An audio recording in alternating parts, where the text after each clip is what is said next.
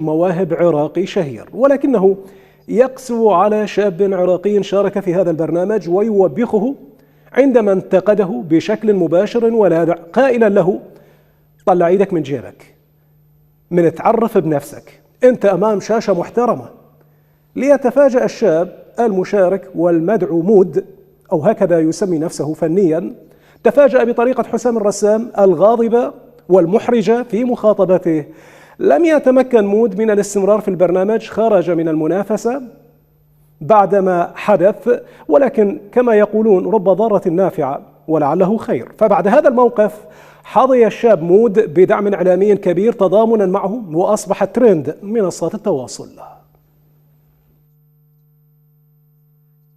ان شاء الله مرتاحين. يا اهلا وسهلا. شلونكم؟ ان شاء الله مرتاحين.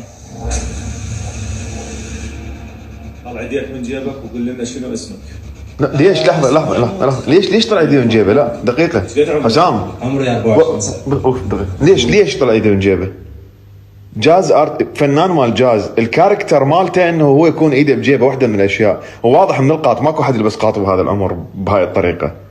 يعني هو فنان ارتست مال جاز. شوفوا اذا ممكن حد يسوي له منشن لهذا الولد مود، لين مدى القى حسابه على انستغرام اكون ممنون.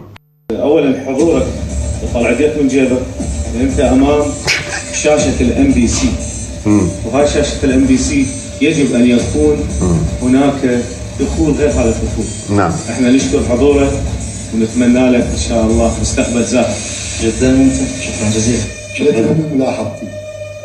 اهملها حبي، ما لك علاقه، ستايلك يخبل، صوتك يخبل، تواصل وياي يا حبيبي تواصل.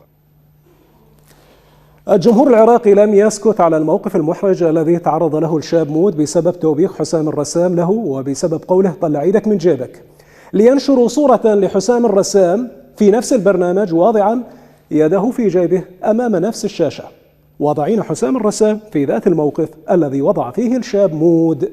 هذه هي الصورة التي أمامكم، يظهر فيها حسام الرسام ويده في جيبه أمام الشاشة التي امتدحها. أما الشاب مود لم يظهر ليدافع عن نفسه بعدما جرى.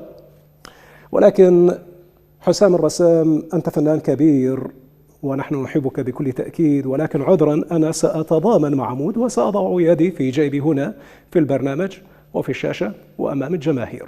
مود معي شخصيا الآن في هذا البرنامج عبر سكايب، في أول ظهور له طبعا بعد هذا الموقف المحرج الذي تعرض له، وبعد خروجه من البرنامج ليرد.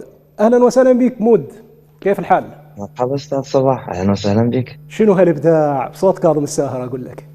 حبيبي الله يخليك، شكرا. مود، ما نريد نتحدث عن الموقف لأن تحدثت عنه هواية، لكن ما هو ردك على الموقف الذي مررت به بسبب حسام الرسام؟ للأسف انقطع الإسكايب، يا ريت لو يرجع لنا. رجع مود، تمام. سمعت السؤال؟ سمعت السؤال بشكل واضح جدا. الموقف اللي صار بصراحة كان غير متوقع. غير متوقع.